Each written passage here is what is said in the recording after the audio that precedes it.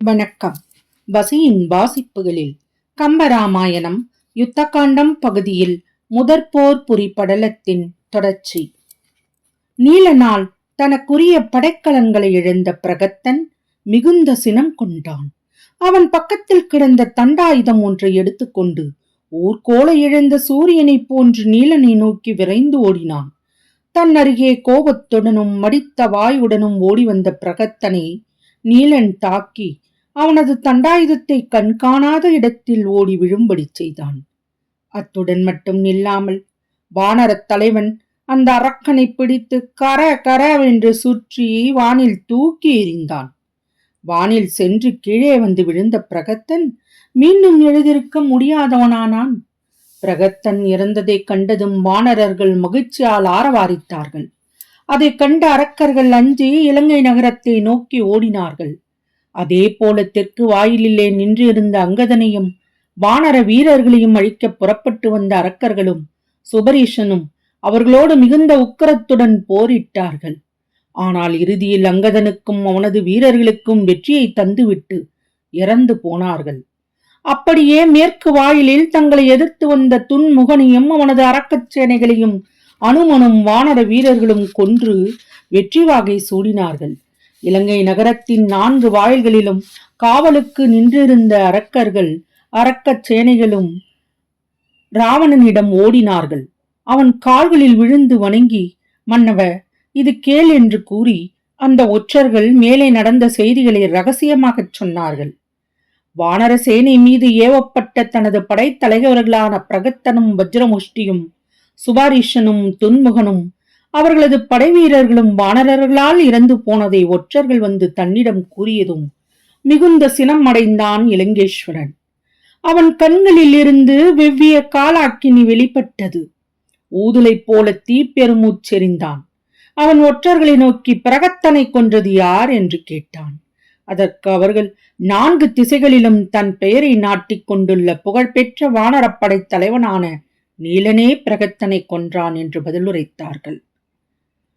அது கேட்டளவில் ராவணன் பக்கத்தில் நின்றிருந்த அரக்கர்களை நன்கு உற்று நோக்கி, மகாபலசாலியான பிரகத்தனை ஓர் அற்ப குரங்கு மரத்தினால் தாக்கி கொன்றுவிட்டது என்று கவலையோடு சொன்னான். மீண்டும் அவன் அவர்களை நோக்கி, இந்த பிரகத்தன் வேரோடு அழிந்ததோ இந்திரன் வாழ்வினையாகும். அப்படி இருக்க கடைசியில் ஒரு குரங்கினால் அவன் கொல்லப்பட்டான் என்று இந்த தூதுவர் வந்து சொன்ன கொடுஞ்சொல் நெருப்பு போல என் செவியை சுட்டது.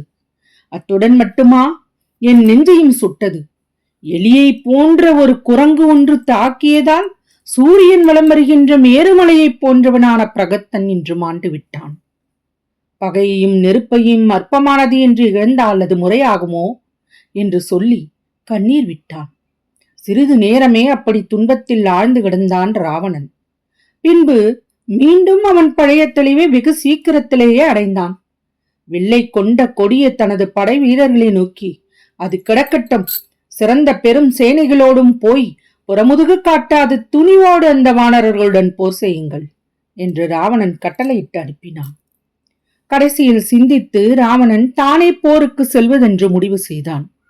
கையிலையை பெயர்த்தெடுக்க வலிமையுடைய அவன் கோபம் கொப்பளிக்கின்ற மனத்தோடும் தீ பொறிகளை சிந்துகின்ற கண்களோடும் சீறி மிக்க வலிமையுடைய பெரிய தேரை ஆராய்ந்து அதில் ஏறினான்.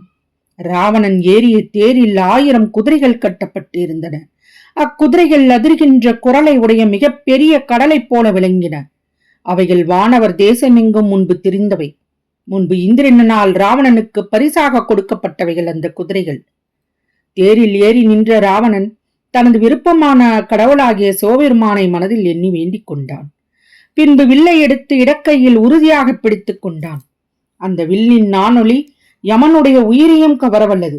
மற்றும் ராவணனும் வானவர்களை தாக்குவதற்கு முடியாதவனும் கணக்கற்றனுமான சிறந்த ஆயுதங்களை எல்லாம் கையில் எடுத்துக்கொண்டான். கவசத்தை பரவிய மார்பை சூழ அணிந்தான். போருக்கு செல்ல சிறந்த தும்பை மாலையை சூடினான். தேரில் போர்க்கோலம் பூண்டு நின்ற ராவணனுக்கு பணியாளர்கள் சாமரை வீசினார்கள். முத்து கவிகைகளை தலைக்கு மேல் பிடித்தார்கள். அச்சமயத்தில் படகம் மடிக்கப்படவும் வானரர்கள் அச்சத்தில் சிதறவும் தேவர்கள் உடல் வேர்த்து நடுங்கவும் அண்டம் வெடிபடவும் சங்கங்கள் ஆரவாரித்தன. போருக்கு உரியவனவும் தசாங்கத்தை சேர்ந்தனவுமான முரசங்கள் அடிக்கப்பட்டன. முரசங்கள் முழங்கிய உடனே சதுரங்க சேனை ராவணனது தேரை சுற்றி சூழ்ந்தது. அப்பொழுது ராவணன் 7 கடல்களும் கலங்கும் நாளாகிய யுக முடிவில் மேருமலை விளங்குவது போல விளங்கினான். பின்பு போரை காண வானில் வந்து நின்ற தேவர்கள் அஞ்சி சிதறவும் தேரிலே உயரக் கட்டியுள்ள கொடியும் தன்னை சூழ்ந்து நின்று அரக்கர்கள் ஏந்தி நிற்கும் பெரும் கொடிகளின் கூட்டமும் யானைகளின் மீது பிடிக்கப்படுகின்ற கொடிகளும் ஒன்று சேர்ந்து படிவதால் ஆகாய கங்கையுடனே மேகமும் ஒற்றப்பட்டு நீர் வற்றவும் 1000 கோடி பேய்கள் அழகிய தூய ஆயுதங்களை சுமந்து கொண்டு பின்தொடர்ந்து வரவும் மணிகள் பதித்த 2000 சேமத் தேர்கள் தனது கட்டளைப்படி உடன் வரவும் வானரப்படை அஞ்சி வருந்தவும் உடன் வந்த அரக்கர்களை நெருங்கி மகிழ்ச்சி கொண்டு ஆரவாரித்து கிளறவும் உலகங்களையும் கடந்து சென்று ஒப்பற்ற வெற்றி பெற்றவனான ராவணன் போர்க்களத்தை அடைந்தான்.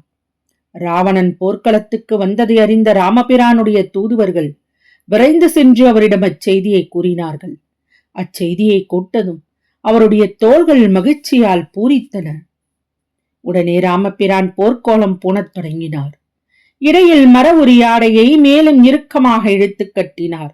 அதன் மேற்புறத்திலே வலிய வாளை சுற்றி கட்டினார்.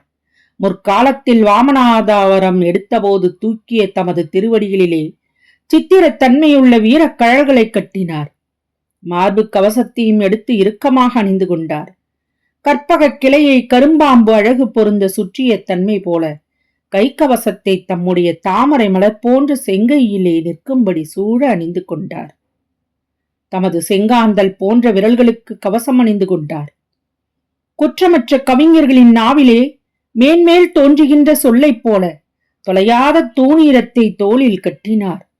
சூழ் மேகத்தில் விளங்குகின்ற மின்னல் போல தோன்றுமாறு அளவற்ற செவ்விய சுடரையுடைய வீரப்பட்டத்தை நெற்றிலே கட்டிக்கொண்டார். ஆத்தி மாலையுடன் அழகு பொருந்த துளவை மாலையையும் தும்பை பூ மாலையையும் வளையச் சூடிக்கொண்டார். வில்லையும் எடுத்து தமது கையிலே ஏந்தி கொண்டார். அவ்வாறு போர்க்கோலம் பூண்ட ராமரை சுற்றி வானரப்படைகள் சூழ்ந்து நின்றன. அப்போது ஸ்ரீராமர் கரிய கடல் போன்ற திருநிறத்தை உடையவனான திருமால்தான் கண்வளர்கின்ற மிகப்பெரிய திருப்பார்கடலுடனே வந்து எதிர்பட்டது போன்ற தன்மை உடையவரானார். தொடரும். வசியின் வாசிப்புகளை சப்ஸ்கிரைப் பண்ணுங்க, லைக் பண்ணுங்க, ஷேர் பண்ணுங்க, உங்க கருத்துக்களை கமெண்ட்ல பதிவு பண்ணுங்க. நன்றி.